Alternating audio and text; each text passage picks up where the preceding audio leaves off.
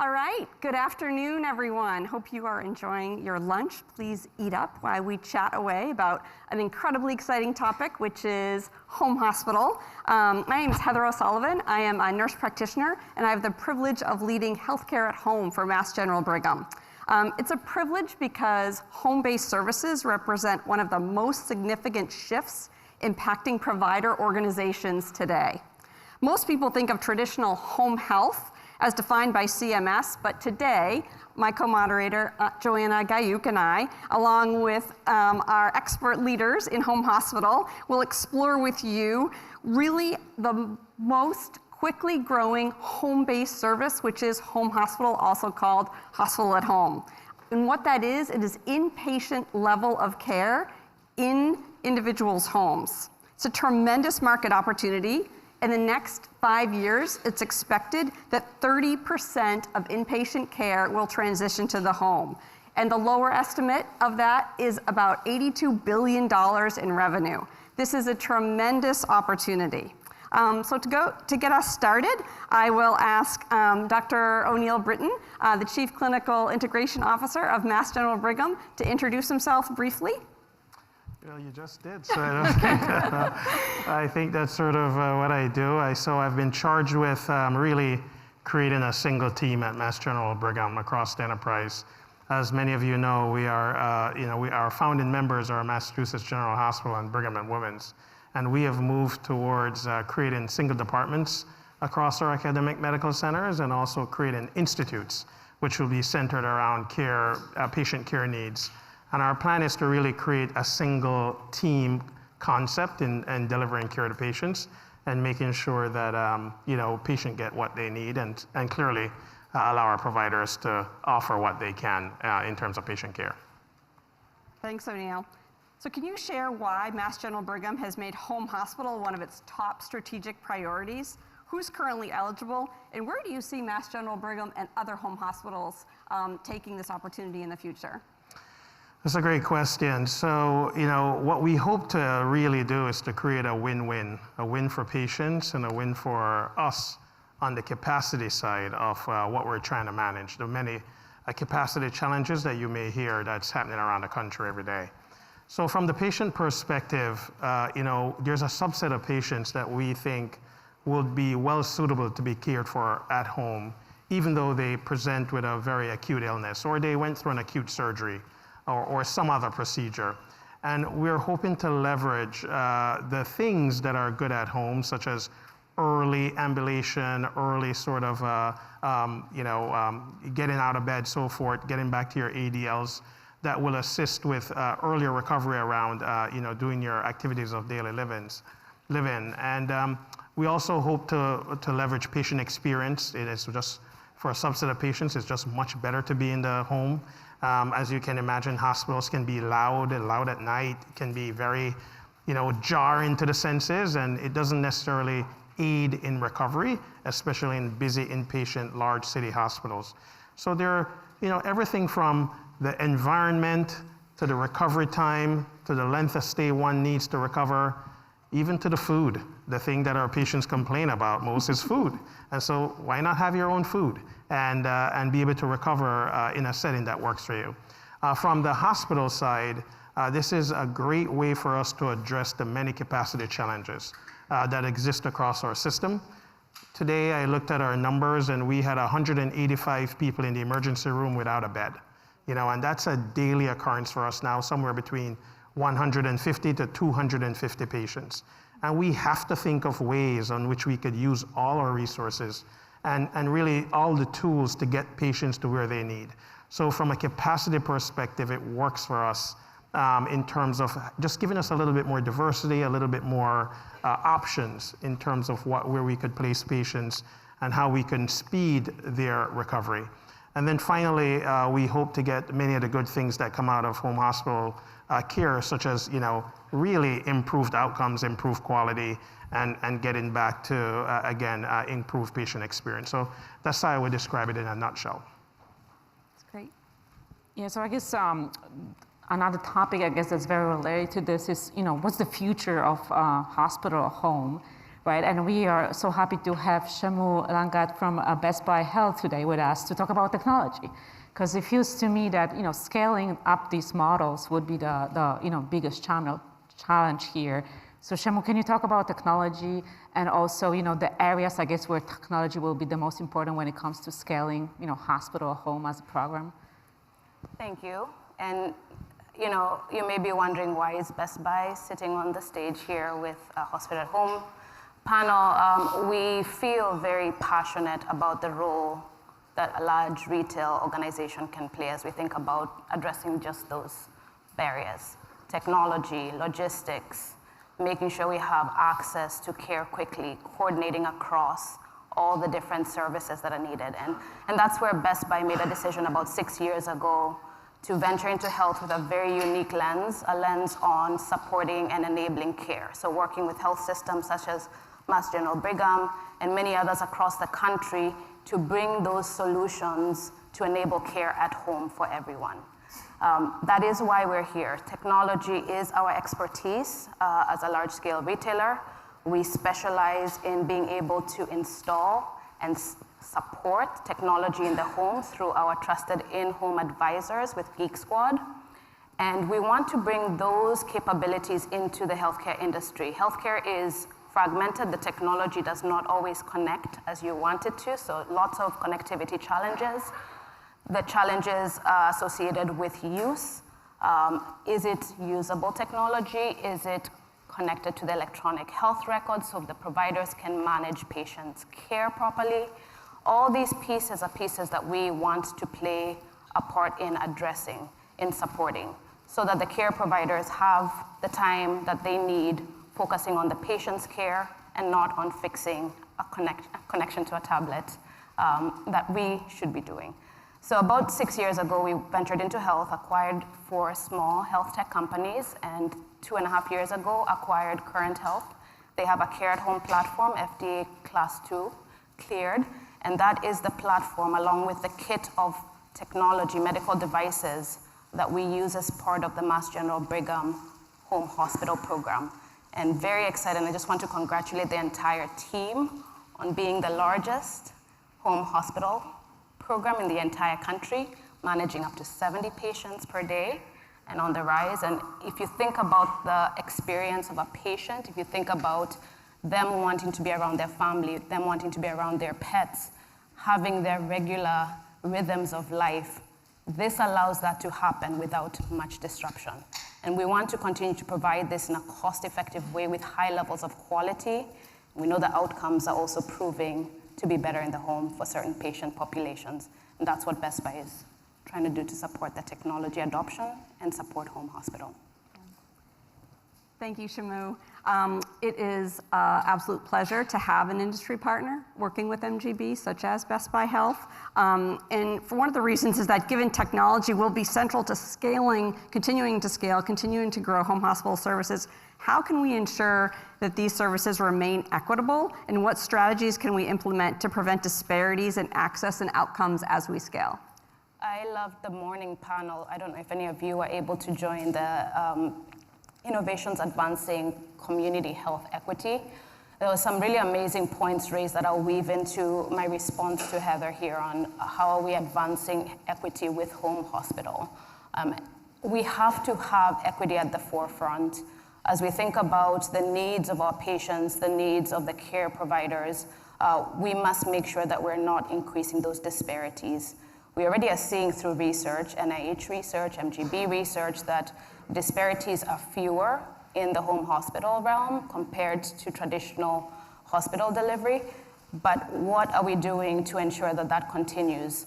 Part of what we're doing is addressing it through equity-centered design. It's a methodology very similar to human-centered design, where you put at the center very intentionally equity and make sure you understand the disparities that exist.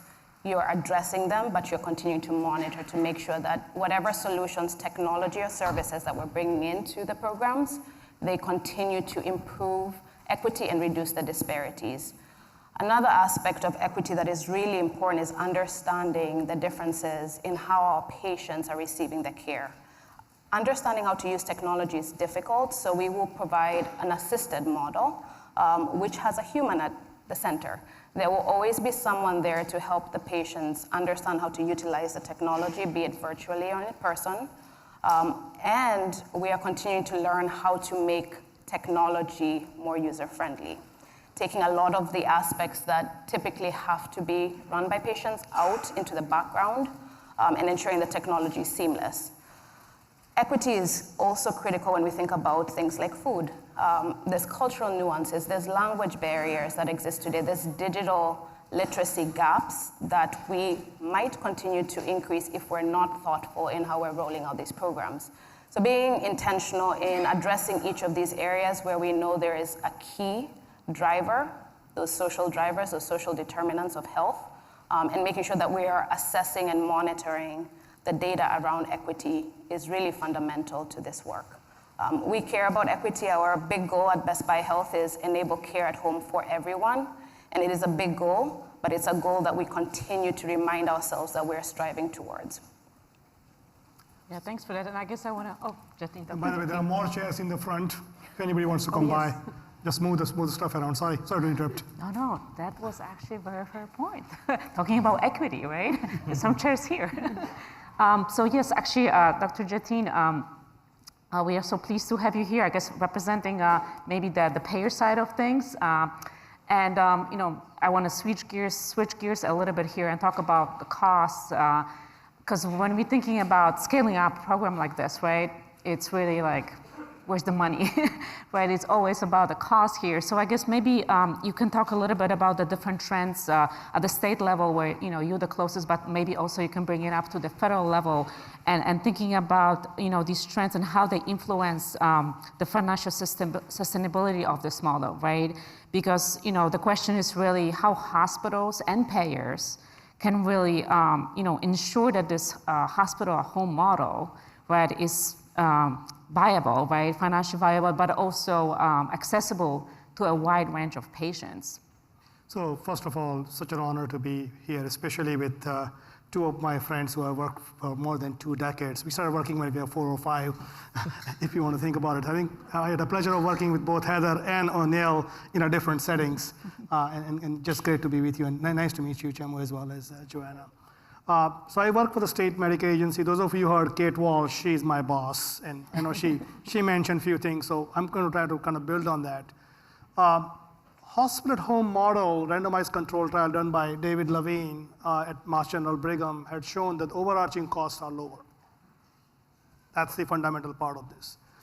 If you move beyond hospital at home, as a hospitalist or as a primary care physician, one of the things which we see, major driver of cost, is fragmentation.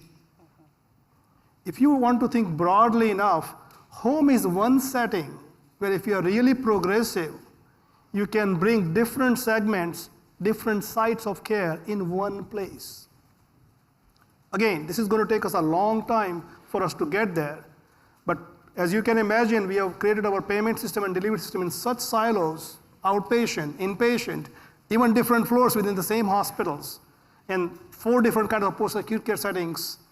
And we talk about integrated coordinated care, which has become harder and harder no matter how hard the clinicians are doing. Home provides this fundamental single infrastructure where you could provide all of these levels of care, which again, we are starting with hospital at home because that's how the payment model is structured, but we need to continue to push ourselves more and more on this. Very quickly, the reason why we got on this journey, Chemu, is exactly because of equity. So as you know, Medicare gave us this amazing waiver in the middle of pandemic to do hospital without walls. That's how the hospital home program really got magnified, despite having evidence for many, many years. Reason why we supported it is we wanted to make sure the Medicare agencies can convey that the same thing can be done in Medicaid population. And we believe in the long run, it will save the cost, but the primary reason was the equity and access. Thank you. And maybe Dr. Britton, you can also add from your angle when it comes to what the hospital systems really are doing on that front. On the cost front. Yeah. So the interesting thing about the home hospital piece is probably a worry about increased costs. But as I mentioned before, with 200 people admitted in our emergency room, the costs are already there, right? We are getting paid for those patients. What is definitely true for those patients is that it's very uncomfortable to be in the emergency room, because you have both the 200 plus people who need to be admitted, and you have the other 200 who are trying to get care. And for an emergency department, that balance for a while in the Commonwealth has been off kilter.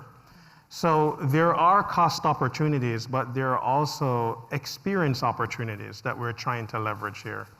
And that probably is the number one sort of factor. But from a cost perspective, clearly, if you don't have the overhead of a hospital, if you're just trying to deliver care in a setting where you actually have the labor, but you don't have the much overhead, it should work out to be lower cost over time. We haven't quite gotten there yet because we're not scaled enough. So the relative number of laborers to patients, even though we are the biggest, is still relatively small compared to a traditional hospital. And the inherent inefficiencies in visiting someone's home, it needs you to add numbers for that to finally get to a break-even point and really grow to make the model very cost effective. So as mentioned before, our capacity today is 70. We have about 50-something patients in our home hospital setting. We think about 10% of our patient population would qualify for home hospital. We're a 3,300 bed system, so now we're approaching in the 200 to 300. So in ideal settings, we will have 0 patients in the emergency room as we grow, because we have a place for each patient. The experience in terms of the care model would be much better. The recovery time would be much better, allowing for cost to decrease, right? And productivity, because we have employers who are paying for these health insurance, so the productivity of the population goes up. And then over time, when the model becomes mature, which is where we're aiming to be, we will be able to deliver at a lower point, a cost point, simply because we have the right mix that would allow us to do that. So that's how we see the cost equation working in our favor. No, this is great. Thank you for that. Jatin, back to you. What trends are you seeing at both the state and the federal levels regarding support for home hospital? We all have our eye on the end of this calendar year. I'm sure you'll make some remarks about that. And then how do you anticipate these trends evolving, and what role do you see regulatory bodies playing in the future adoption of this model? So those of you who are tracking this journey, CMS waiver is due to expire after the current extension in December. So very soon after the elections, if we don't renew the waiver, it's going to expire. There has been a couple of bills evolving. There was a last week announcement that it did get included into one of the bills, which is not going to honestly get approved until the election moves forward. I think what O'Neill mentioned is really, really critical. And just to quickly share with you kind of a little bit of insider scoop on how our journey at MassHealth was. When I joined MassHealth in July of 2020 and started working on hospital at home because of the passion for this area, Dan Sai, who was a Medicaid director, basically said, Jatin, we have 15 decks on this topic already. And I said, Dan, what are the decks about? He said, discount and the diagnosis, which conditions can we care for and what the discount is going to be, because everybody wanted to have that payer margin to make it more accessible. And then I call our friends at MGB and ask the same question, saying, what's our volume for hospital at home? If you do the math, it was less than 0.5% of overarching volume. So then I went back to Dan Sai and said, Dan, if you really want to make this program any more complicated than as easy as we can, don't even do this. Because you are killing the program before it even takes off. So I think what you said about scale, once the volume is 10 or 20 or 30% according to McKinsey, which is where you can, that's how far you can push. Yes, we will get to the discount, but if you start with the discount conversation right now, we are going to get into our status quo of brick and mortar mindset, unfortunately. So that's where, apart from just the approval process, I want to make sure we as a payer community, both commercial plans, Medicare and Medicaid, are recognizing that change is hard. And if you really want to push this envelope with real personalized care at home, which is what this is, right? There's nothing more personalized than your own home in some ways. If you want to think about like personalized care, then we got to think about rate parity until the volume is certain level, and there's efficiency and scale, as O'Neill was saying. That's helpful. I think also some individuals in the audience might not be aware that through the current acute hospital care at home waiver today, that we are receiving full parity at DRG for our Medicare patients. And so the continuation of that would something that would be very beneficial as we advocate for continued waiver extension or eventually permanence of this payment model. And Medicaid parity too, by the way. Thank you. Which is something which we stick by. Yeah, and I guess another topic of interest for everyone in the room and in this entire conference that comes up a lot is the labor shortages in healthcare and how do we solve for that. So I guess the question for all our panelists here would be around this topic in a sense of have nursing shortages really pose challenges to scale this program, or is this actually an opportunity to scale this program and grow it further? Well, I can start off there and say it's both. As you all know, the labor shortage is quite acute. The competition is fierce, and we're all trying to, continue to deliver the care our patients deserve. Join on as best and as many resources as we can from a labor perspective. Years ago, I had the opportunity, way back when I was working with Jatin, we actually had a sort of a home visit program. And I got into the space of going to patients' homes with a nurse, and it became very apparent to me that some people this is just their calling. They're really good at it. This is their comfort zone, and they love the challenge. And there is nothing like being a provider and entering a patient's home. It's a whole new view.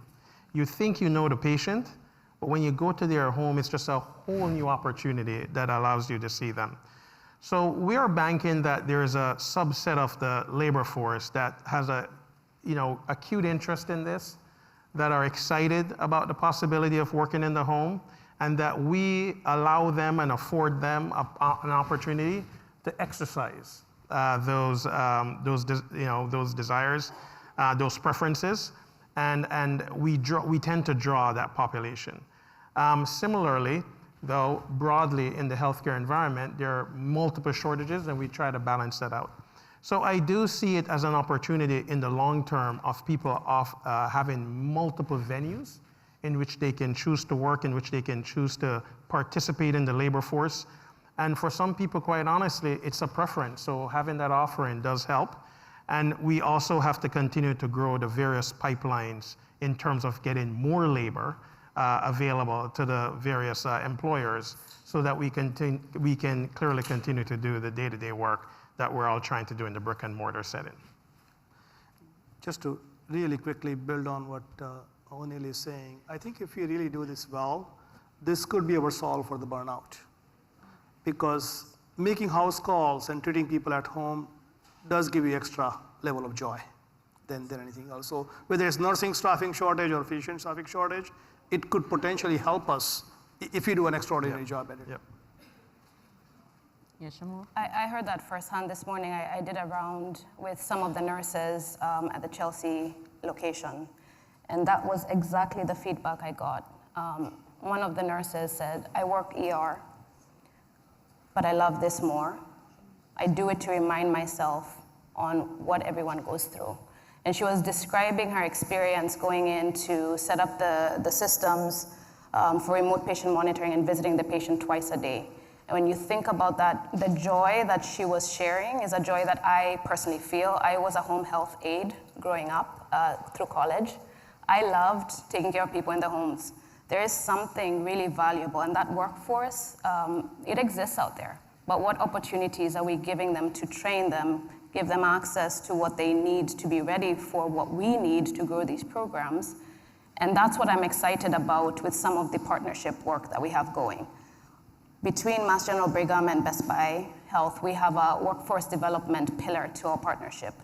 And that pillar is focused on building up that population, that talent pipeline, a diverse way to be able to fulfill these career opportunities in the future. So offering opportunities for hackathons to get them excited, get the youth excited about this, offering paramedic and other continuous education opportunities, aspects of funding of programs. That's all built into this workforce development program or pillar. And I think when you start to think about the workforce, it's the burnout, it's the what tools do they have, what options do they have, and what are we doing about the future, knowing that this is a looming challenge.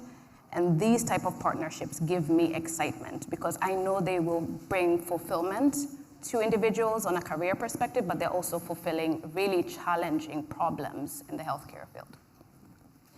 What I would say also that is very interesting to me about the opportunities that we all have is the ability to expand the workforce. So traditional inpatient care today, we have physicians, nurse practitioners, physician assistants, home health aides, et cetera. That's very traditional and standard. What's different and new is a mobile integrated health. It's not new for Mass General Brigham, but across the country, what we're seeing is the trend of a fleet of mobile integrated health vehicles, paramedics, and this is a second chapter in their careers. It is highly desirable for them to have time with the patient in their home to make a difference, practicing at the top of their license and scope, interacting with physicians, nurse practitioners, and honestly increasing their skill set day in and day out. It is extremely rewarding. And I will say that we are hearing time and time again about the patient satisfaction with their interaction with paramedics. Not all patients have, thank goodness, had a lot of interaction with paramedics, in the course of their life. And this is, again, new for patients, new for paramedics, but I don't think that it's going to stop at paramedics. There are other roles that we can and should mobilize more effectively for the clinical outcomes that we know that can be achieved in the home. Just really thinking differently about the workforce of tomorrow. As we think about the ideal care setting of tomorrow, I'll end on this last piece before we open it up with questions, is that we often talk about how there is no greater privilege than being invited. Home hospital is a patient choice. It is not a default. And there's no greater privilege than being invited into the privacy and intimacy of any of our patients' homes. And we think about it on the flip side, when someone chooses or is required to be in our brick and mortar setting, they're really our guests. And so it changes that entire paradigm and really opens up a different level of human to human connection, trust, transparency. We can, as clinicians, are trained to be very astute in our assessment skills. Imagine what we can pick up on and where we can have the intervention opportunities in someone's living room, bathroom, kitchen, refrigerator, much more so than we could if I was Jatin's patient and he was asking me 19 questions about my congestive heart failure. So, yeah. By the way, there are more seats in the front. If you guys want to come up, just move the phones or whatever the things are lying down around if you want to come up. Sorry, keep going. Any other panelist remarks before we open it up? Well, I'd just like to close by saying, the way we think of home hospital or hospital at home today feels new, but it's actually very old. 200, just over 200 years ago, the two doctors commissioned the folks of Beacon Hill to build the Mass General Hospital. And they were hoping to build a Mass General Hospital not to take care of the people on Beacon Hill, but rather to care for the servants of the people on Beacon Hill. Because rich people back then actually had hospital at home. Doctors and nurses would go to their home. Now, the shift occurred over the many years because technology in the hospital advanced, and the technology was large and bulky, couldn't be in the home. So you had to shift even the rich people into the hospital. Now, thanks to places like Best Buy, things are shrinking again. And things are getting smaller and mobile and wearables. And so there's an opportunity to, again, rethink the paradigm and say, where are you most comfortable? Where will you recover quickest? Where will you do best, right? and really put that to the patient and have a partnership and a shared decision making with the patient about where that is. And so we can offer that, and so we have this shift back to the home. Healthcare inherently is a high-touch business, so just going back to the home doesn't mean that we go all virtual. We have to get into the home. We have to touch people. We have to see people. We have to appreciate the environment.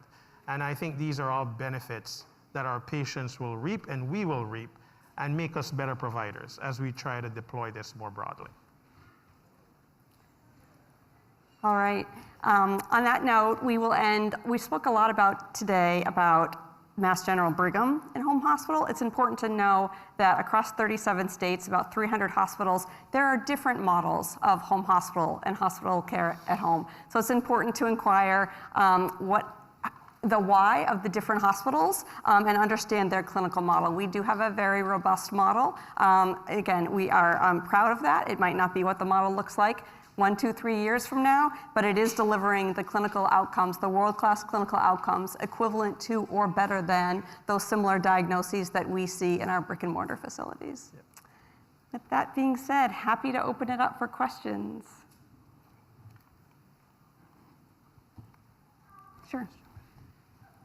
There's a microphone coming to you in the back here. Thank you. I'm Tina Kapoor from the Brigham Radiology. Can you give me some examples of the types of patients, the 60, 70 patients that we have in home hospital today? So they represent a variety of patients' origins. Most of the home hospital process started with looking at acutely ill medical patients, and so they're patients, a mixture of COPD flares, heart failure, exacerbations. We treat acute infections, things that we think are very manageable, does not need, for instance, hour-to-hour titration or monitoring of oxygen status. So there's a whole swath of patients, whether that's complex cellulitis or diabetes with pyelonephritis that we think we could potentially manage. And we really think of the patients coming through multiple portals. The idea is that, could you direct a patient to a home hospital under the direction of a primary care doctor? Could you direct a patient to a home hospital after they've come to the emergency room, evaluated, and it's deemed to be a good destination for them?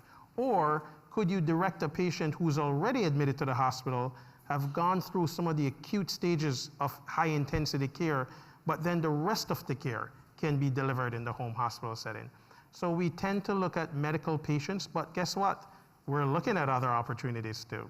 And so now we're looking at surgical patients. We looked at a colorectal surgery patient. We admitted one of those first. We're looking at patients who come in for things like bariatric surgery. We're looking at other care pathways that would be more amenable in terms of recovery at home. And we're looking at oncology patients. We're looking at pain management patients. So we're constantly scanning the sort of criteria that one uses to decide where someone would be safe in terms of the care model and whether that would fit and apply to home hospital. I agree with what OB said. One thing we haven't talked about today is how hard it is to operationalize and scale home hospital. It is extraordinarily difficult. And we never, I think, appreciated the degree of change management that would be required internally as well as external consumer awareness. So recently, 2 years into this journey, we've started with an acronym called the 4 C's that someone on our team came up with to make it simple, right? To ensure that we get that flywheel going as quickly as possible so we can say yes more often. There's a lot of things that OB mentioned that we can do at the home. But primarily, we see our greatest success right now with the 4 C's: COPD, CHF, sepsis, cellulitis. Is that 4? Those are the 4. COVID. And additionally, pneumonia, urinary tract infections. Those are the common ones. And when we get called a lot from different institutions across the US, really trying to figure out that patient attribution place and where do you start? I think it starts with understanding what diagnoses do you have the foundational capabilities to serve in the home, and then making sure that you bring the change management along with individuals that have practiced for 20, 30 years in any type of role within the hospital for that advocacy piece. If I could interject really clearly, the way current waiver works, you still need to go to emergency room, get evaluated, then and then the waiver applies basically. So I know that sounds additional step, but that's the control which CMS wanted to put it in there. Reason why I'm mentioning it to you is earlier, as I mentioned, the home is where we can potentially in the long run have this full continuum. ED is not part of that right now. But on the other end, there is potential for having rehabilitation at home. We are doing a randomized control trial on SNF at home through MassHealth or Brigham and other partners in a nutshell. So I think that other end we can push further and further to have kind of a really more seamless continuum. And I think this is going to continue to evolve. And as O'Neill met, not only here, Australia has been doing it for the last 30 years with amazing data where they push about 10% of their patients in this model. So we know where we need to go. We just have to make sure we kind of get out of our own old way of doing things and continue to move this forward. Yeah. Questions?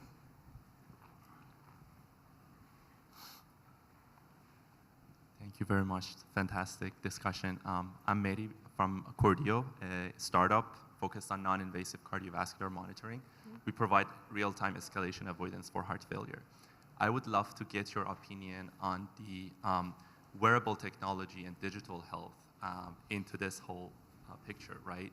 How do you see the role of startups that are trying to innovate in the space?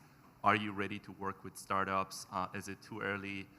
But we see, there are a lot of startups that are bringing value in this digital health that can be a fantastic fit for this program. So I would kind of love to hear your opinion on that. Thank you. I would love to start, and then we can open it up. I do think there is a very critical role for startups as you design the next best technology. The platform we've put forward it's device agnostic. So we integrate in multiple different manufacturers' medical devices and wearables. The idea is to open it up to allow as many of the vetted, and I say vetted because we're not going to put in a device that hasn't been thoroughly vetted, vetted medical devices and technology into this platform to enable the best monitoring, for example. And that comes with feedback from the health system partners that we're working with, the pharma partners we're working with, and it's really important for us to understand what are the needs. Is the technology we're using today serving or not? What have you come up with that's a fantastic solution to a problem that exists? And how does it play in with all the other technologies that are integrated in? So there is a key part. I think it's a journey. It doesn't happen immediately. And it requires all those stakeholders to understand how we bring it in. But we are setting up this ecosystem to enable more of that innovation coming in earlier.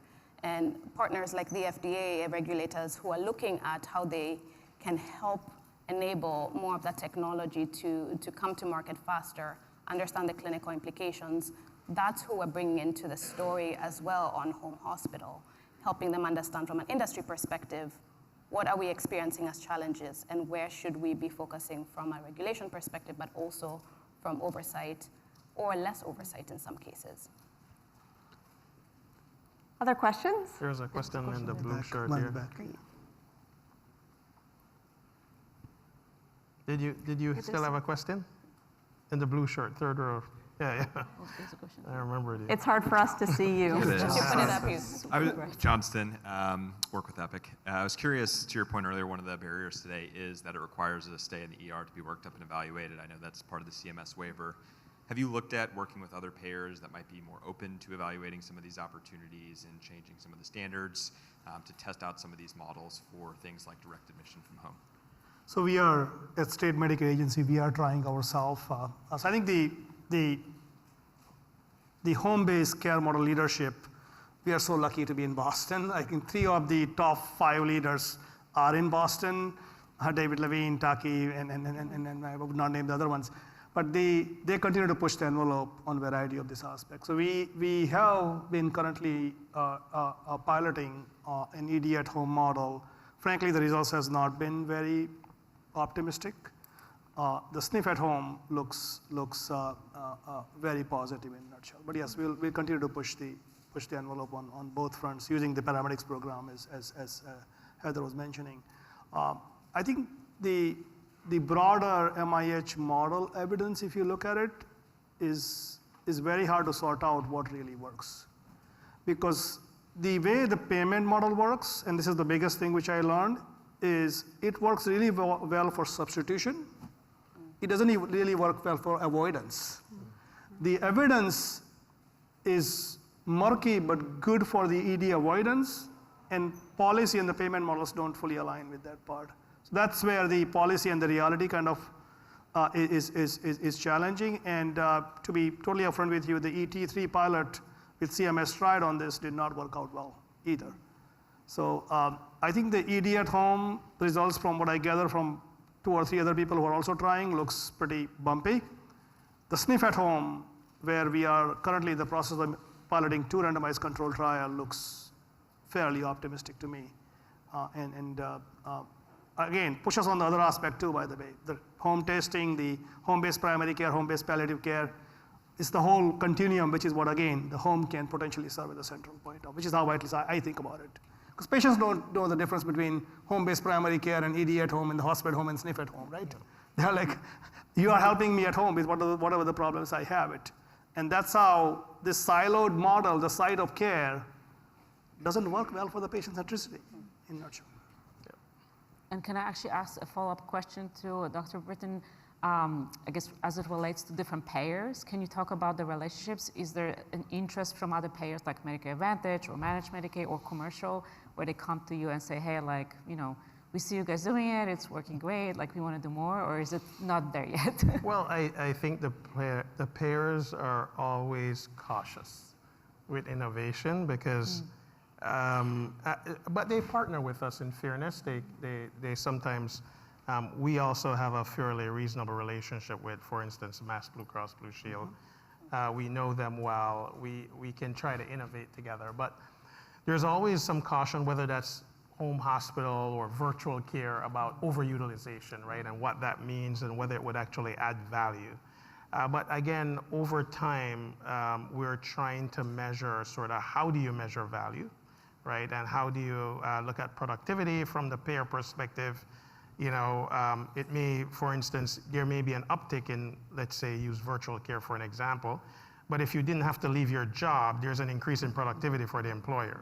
And so, you know, how you sort of measure the global impact is something we take a close look at and try to sort out over time.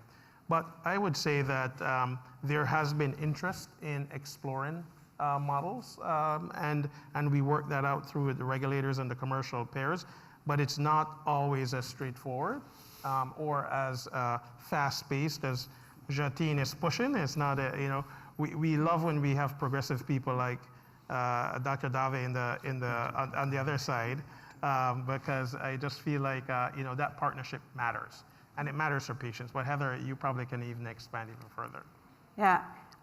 So the majority of my life's career prior to joining Mass General Brigham has been on the payer side, and that's actually one of the reasons why I joined Mass General Brigham, because I do strongly believe that the providers will be the ones that can really ultimately impact outcomes in the future. And so I think it's going to be hard for the payers not to partner with the providers, because the outcomes will speak for themselves. Much around OB, what you started with, patient satisfaction, lower readmission rates, increased mobility, reduced delirium. Those items are going to show up very black and white on payers' Medicare Advantage star ratings. And once we continue to have those mounting proof points and the continued scale, it'll make the conversation quite easy.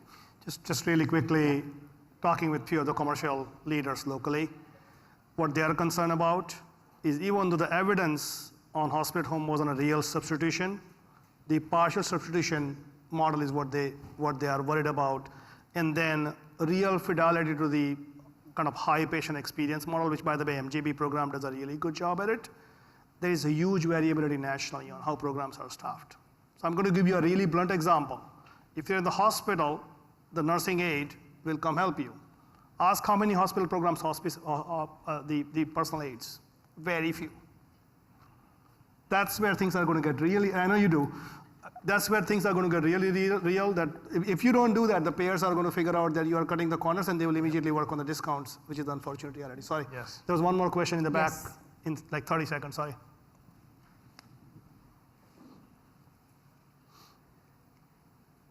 Why we get to that question, it's so important why, again, scale is important and the proof points so that we can ensure that Congress has the right data to make the informed recommendation to continue with the acute care hospital at home waiver and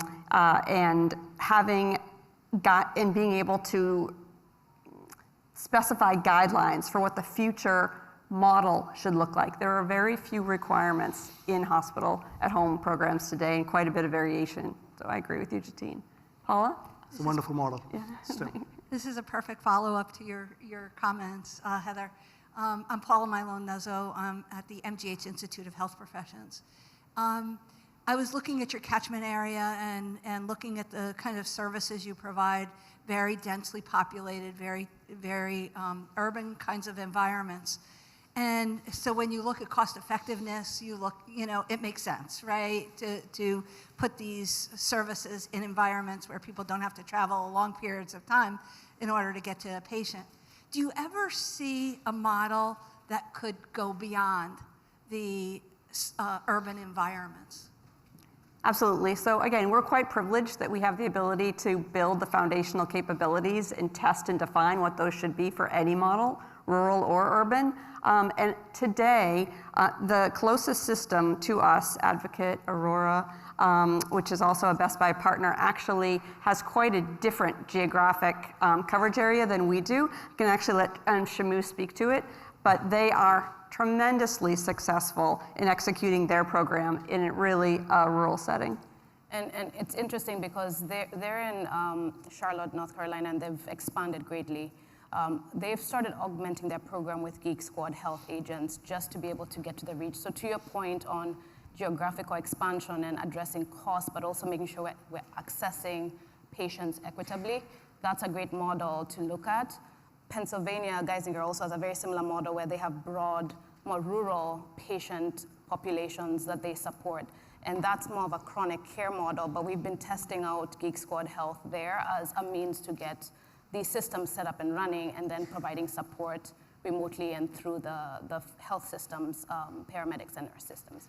One of the dynamics I'll just mention briefly, Paula, one of the dynamics that we have to battle with that's not in the Advocate catchment area or less so in Pennsylvania, rural Pennsylvania, which also has a different sort of clinician population ratio, is that we have to battle this thing called nor'easters in the New England area, which we have to think through, for instance, how we're going to manage patients in the event of blizzards and other natural occurrences. And we really have to get staff out to them. So it's one of the things where the logistics, as mentioned before by many, is important, and how we make sure we keep the standard of care at the same high level, regardless of any natural weather phenomena, is super important. And the solution can't be bring everybody back to the hospital, right? So that would be a poor outcome. So we constantly think about these things, how we deploy. Heather and the team, they think through with the emergency preparedness team how to create a plan, how to do things. But there are opportunities to get more wide, and we'll leverage those opportunities. And some of those opportunities may actually involve partnerships with local institutions that we may have to leverage over time. But it's things that we think about all the time.